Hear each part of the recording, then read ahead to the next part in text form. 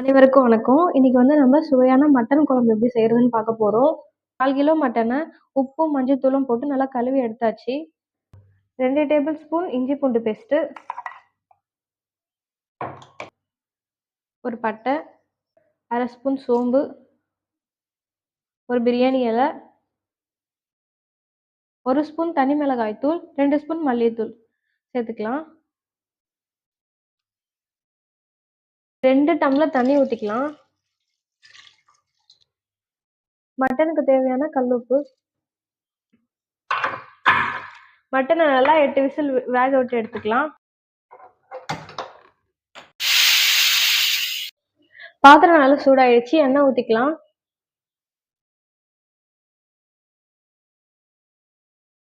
எண்ணெய் ஹீட் ஆயிடுச்சு.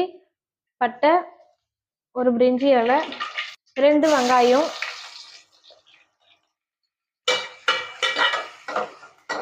வெங்காயம் சீக்கிரம் வதங்க கொஞ்சம் உப்பு, கொஞ்சம் கருவேப்பிலை. வெங்காயம் நல்லா வதங்கிடுச்சு. 2 ஸ்பூனு இஞ்சி பூண்டு பேஸ்ட் ஆட் பண்ணிக்கலாம்.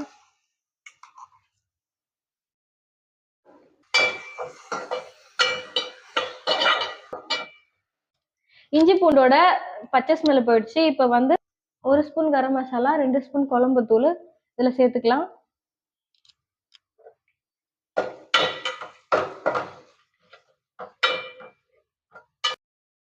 நறுக்கி வச்சு மீடியம் சைஸ் 2 தக்காளி ஆட் பண்ணிக்கலாம். நல்லா வதங்கட்டும்.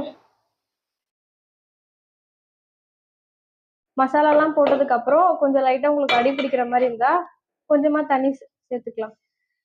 தக்காளி நல்லா வெந்து எண்ணெய் நல்லா பிரிஞ்சு வந்துருச்சு. கிரேவியா நல்லா இருக்கு. இப்போ நம்ம வேக வச்சிருக்க மட்டனை சேர்த்துக்கலாம்.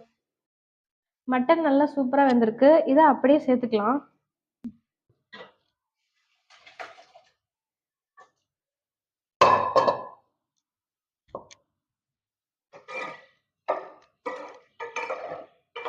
தண்ணி வேணும்னா கொஞ்சம் தண்ணி சேர்த்துக்கோங்க. ஒரு 5 மினிட்ஸ் நல்லா மூடி போட்டு வேக வச்சுக்கலாம்.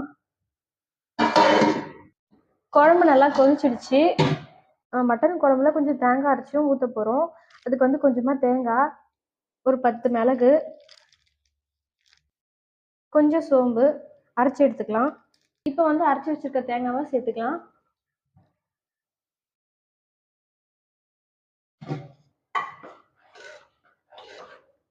தேங்காய் ஊற்றினதுக்கு அப்புறம் குழம்பு ஒரு 3 மினிட்ஸ் நல்லா கொதிஞ்சா போதும். அதுக்கு மேலே கொதிக்க வேண்டாம். ஆல்ரெடி மட்டன் வேகும் போது நம்ம உப்பு சேர்த்தாச்சு. இப்போ கொஞ்சம் செக் பண்ணி பார்த்துட்டு உப்பு சேர்த்துக்கலாம். கொஞ்சம் தேவைப்படுது சேர்த்துக்கலாம்.